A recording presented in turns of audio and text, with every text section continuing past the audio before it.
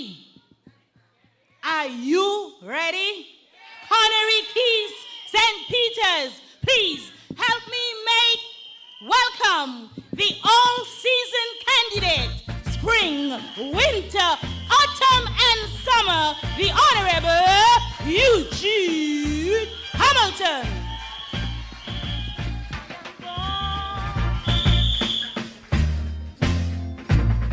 Thank you.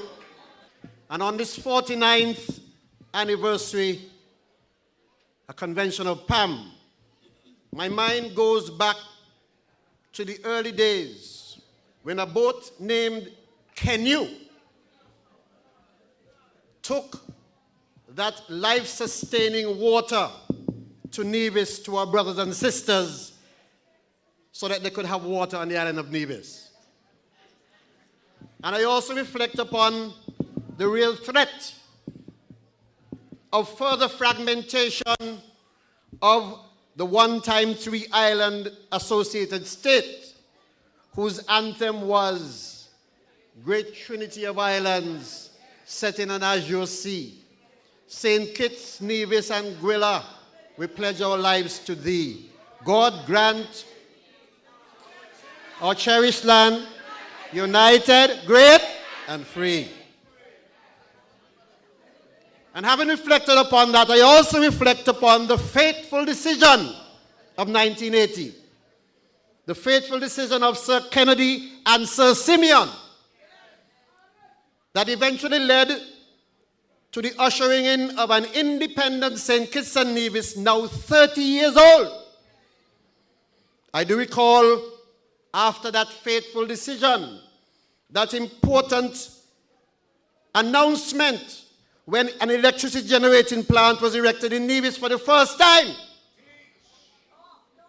And no longer could we as Kittitians make fun of the divisions. And here in St. Kitts, I do recall the many homes without running water and the pit latrines we used to have with those cockroaches in them. I do recall that my government of PAM went on a mission to ensure that water went in every home. And I do recall that in 10 years, water was running in 80% of the homes in St. Kitts and Nevis because of a PAM administration. I do recall that. I do recall the revolution in telecommunications and the availability of additional infrastructure. These were so important as St. Kitts became the leading nation in the Caribbean. In fact, St. Kitts was heralded as the leader in Latin America and the Caribbean. We were a proud independent people, like to do things for ourselves. When you had a job, money was in your pocket. In fact, we had near zero unemployment. But today, 20 years later, we have the most corrupt nation in the post-colonial Caribbean. 20 years later, the most indebted nation in the region. 20 years later, the most persons in jail for 100,000. 20 years later, we have become a nation of people who have lost our independence and are holding on to that dependency in St. John, waiting for a handout from government. 20 years later. Unemployment near 25%. Are people waiting for a handout from the government? At this critical juncture, therefore, in our history, this moment in history calls for new leadership. A leadership with vision, a leadership with imagination. That's what this moment calls for. You see, the vision of Sir Kennedy in the 80s brought such change that we realized something called Port Zante, which many people are holding on to today. That vision brought the Southeast Peninsula Road. Yes, that vision from the 80s under Kennedy is a vision that we need today.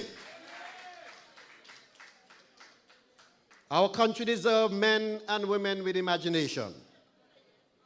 And that vision and imagination, my friends, lie in team unity. That's where it lies. And I know that I'm a good wicket if I begin to talk about vision in team unity. I'm on a good wicket, and I could talk about that for the next hour. And I'll just say to you, therefore, that all I ask at this moment is for all of us to remember that a time is coming for us to choose. And I ask you to choose hope over despair. Choose unity over division. Choose inclusion over exclusion. Choose integrity over dishonesty. Choose servant leadership over dictatorship. Choose sustainable development over impending disaster. Number 8 in the house. Choose Eugene Hamilton over anybody in Labour. Good afternoon, and I thank you.